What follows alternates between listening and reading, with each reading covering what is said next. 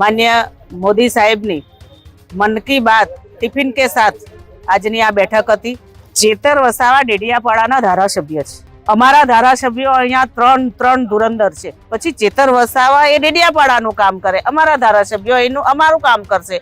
અમે આ બીજી કોઈ પાર્ટીથી ડરતા નથી, રોકાયેલા જ છે ચેતરભાઈ એને હું અમારે શું રોકવાનું છે? એ તો અમારા કાર્યકર્તાઓની ફોજ છે, રોકવાનો કોઈ સવાલ જ નથી। આખો વિડીયો જોતા પહેલા હજુ પણ અમારી ચેનલને સબસ્ક્રાઇબ નથી કરી તો યુટ્યુબ પર સબસ્ક્રાઇબ કરો અને ફેસબુક અને ઇન્સ્ટાગ્રામ પર ફોલો કરો।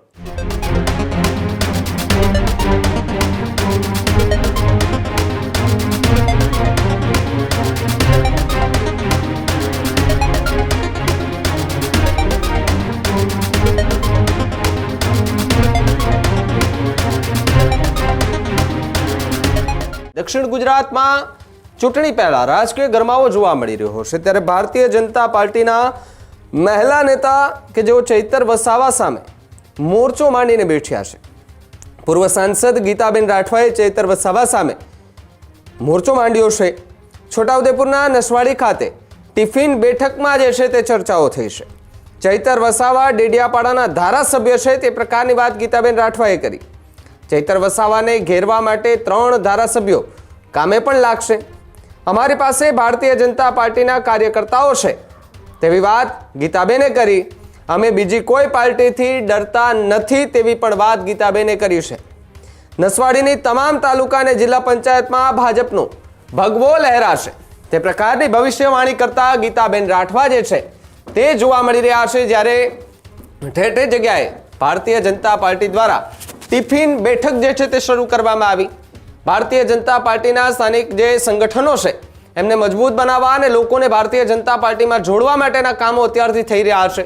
સ્થાનિક સ્વરાજ્યની ચૂંટણી કે ગમે ત્યારે એમની તારીખો જાહેર થઈ જશે અને એ તારીખો જાહેર થતા પહેલા તમામ પક્ષો તડામાર તૈયારીઓ જે છે તે કરી રહ્યા છે। પોતાની તરફ લોકોને આકર્ષવા માટે અલગ અલગ રીતે જે નિવેદનો આવી રહ્યા છે, અલગ અલગ ચર્ચાઓ જે છે તે કરવામાં આવી રહી છે, પરંતુ દક્ષિણ ગુજરાતની રાજનીતિમાં કંઈક ઓર ચાલી રહ્યું છે ને આ વખતે ચૈતર વસાવા જે છે તે ચર્ચામાં લાવ્યા છે ને એને ચર્ચામાં લાવનાર કોઈ નહીં પરંતુ છોટાઉદેપુરના આસપાસના વિસ્તારમાં કે જે ખૂબ સારું અને જાણીતું નામ જે છે પૂર્વ સાંસદ ગીતાબેન રાઠવા।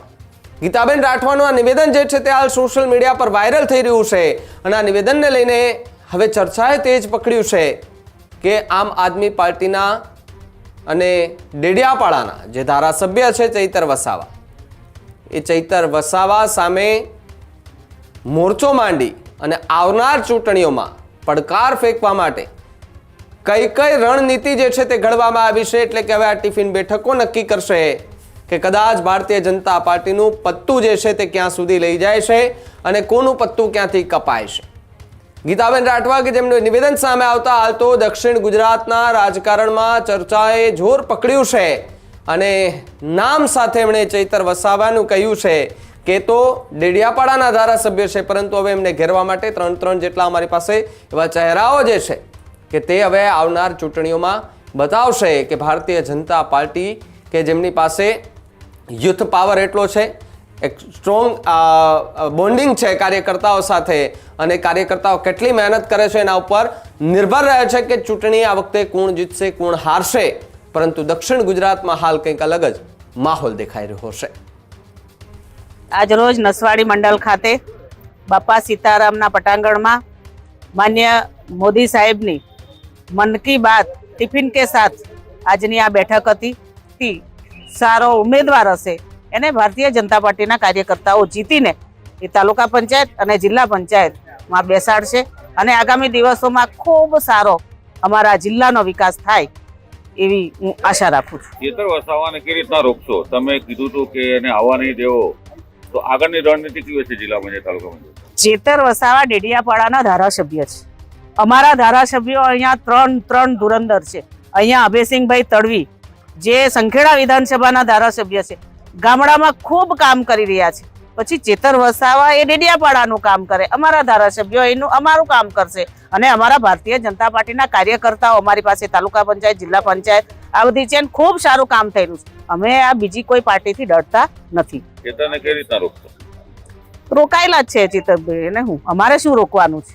એ તો અમારા કાર્યકર્તાઓની ફોજ છે, માં રોકવાનો કોઈ સવાલ જ નથી. આજની મીટિંગ ભગવાનના શરણે શરૂઆત કરી છે, શું કે બાપા સીતારામના આશીર્વાદ, બાપા સીતારામ આશીર્વાદ આપશે.